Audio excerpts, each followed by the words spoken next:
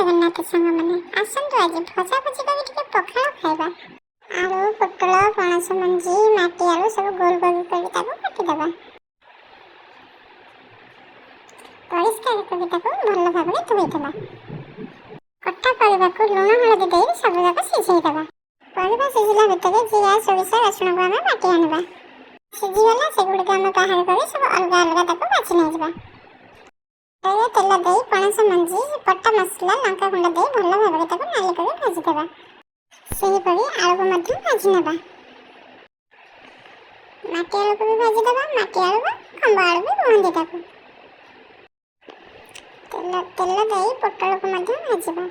पोटल को भाजला बेले कम आंच रे भाजबा कहीं पोटल टा पानी थाए पानी पानी लगे तेणु पूरा लुण हलदी दे भाजी नहीं। प्रस्तुत हो गला आमर भजा भजी संगे पखाड़ भात। नमस्कार।